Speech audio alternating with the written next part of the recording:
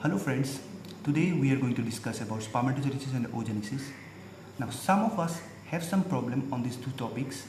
So today in my video I will try to solve their problem. So please watch till the end. So let's start these two processes. Spermatogenesis, we'll start with spermatogenesis and we'll come to oogenesis. Now spermatogenesis is a process that occurs in male through which the male gamete, that is sperms, is produced. Now, before starting spermatogenesis, let me tell you about something about cell divisions. Now, cell divisions are of two types, mitosis and meiosis. In case of mitosis, the chromosome number will remain same throughout the division. Like, if you have 2n chromosome number during the starting of this division, in the end of the division, the daughter cell will also have 2n numbers of chromosome, same like as mother cells. But when we come to meiosis, the chromosome number half. Like if meiosis, the mother cells have 2n numbers of chromosome, the daughter cells will have n numbers of chromosome. And meiosis have also one special character, that is meiosis take place in two parts, meiosis 1 and meiosis 2. So these things we need to understand before going to spermatogenesis and oogenesis. Now, let's start with spermatogenesis. Spermatogenesis is a process that I already told by which male gametes is produced inside testis. The whole process of spermatogenesis we can divide into three major processes. One is spermatocytogenesis, one is meiosis, and one is spermiogenesis. Now, so you don't confuse with these three names. Spermatocytogenesis is the first process, then meiosis, then spermiogenesis. Now, spermatocytogenesis, in what happened in case of spermiocytogenesis? In case of spermiocytogenesis, the cell, like first sperm's division start from spermatogonia. Spermatogonia is the primordium of sperm. We can say that spermatogonia is the primordium of sperm. These have 2n numbers of chromosome. Now, this spermatogonia divide and give rise to primary spermatocytes. So as it is a mitosis division, this first division is a mitosis division, so the chromosome number remain same. So the mother cells have 2m numbers of chromosome, that is spermatogonia, so that the daughter cell will also have 2n numbers of chromosome. Now what basically happens, this whole process we call as spermatocytogenesis. This is spermatocytogenesis. Now after spermatocytogenesis, from spermatogonia we have two primary spermatogonia. We have two primary spermatogonia. Out of these two cells, one cell will go and maintain the position of spermatogonia, and one cell will continue the process. So we have one cell remaining. This one cell will continue this process. So we have one primary spermatogonia. This primary spermatogonia will divide into two cells, that is called secondary spermatogonia, that is meiosis 1. So we have 2n numbers of chromosome in case of primary spermatogonia, but the number will be halved in case of secondary spermatogonia.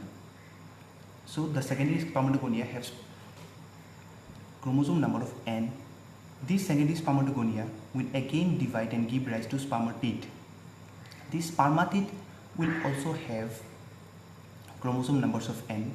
So starting from primary spermatogonia to spermatids, this whole process we call as meiosis process. That is the second process of spermatogenesis. Now the spermatid will have some change in it. It will attain tail, it will attain motility, and further it will be converted to spermatozoa. Now the conversion of spermatid to spermatozoa, we call it as spermiogenesis. Now let me compile the whole process of spermiogenesis. Spermiogenesis is converted of three processes: spermatocytogenesis, meiosis, and spermiogenesis. Now spermatocytogenesis is conversion of spermatogonia to primary spermatocytes. Meiosis is the conversion of primary spermatocytes to spermatid, and that spermiogenesis is the conversion of spermatid to spermatogoa. Now these were all about spermatogenesis. Now let's come to oogenesis. Oogenesis is a process that actually started before birth of the female child.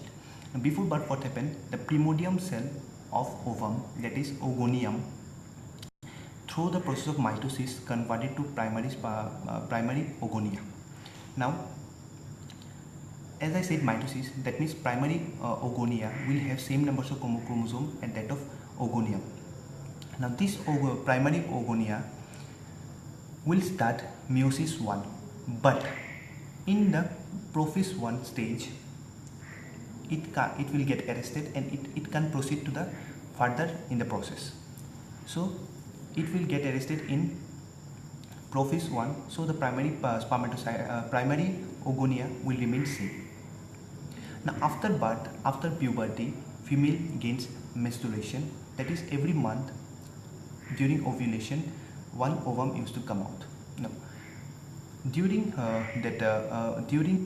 puberty the cycle again restart, so the primary oogonia again through meiosis 1 convert to secondary oogonia. One good cell it gives rise, and one polar body it gives rise to one polar body and one good cell. Now this polar body is that ovum that used to ovulate every month in case of female, this secondary oogonia. So this secondary oogonia used to ovulate, the female used to ovulate the secondary oogonium every month. So this secondary oogonia will further divide, but it will again wait for the sperm to fertilize it. Now if the sperm fertilize it, the meiosis, second meiosis will continue, and the secondary oogonia will be converted to ovum. Now there is only two conditions in the whole process. The first condition is at birth the cell get arrested in primary oogonium. After puberty the cell resume its division process and give rise to secondary oogonia, that is every month what used to come out during ovulation. Now this secondary oogonium will wait for the sperm to fertilize it. If the sperm fertilize it, then it will continue its division and it will give rise to ovum. It will ovum, and the female and male pronucleus will be produced, and the fetus will be produced. So this is the basic process of oogenesis and spermatogenesis. Hope you like the video, and I have posted two photo on that also. Please go through this. See you soon.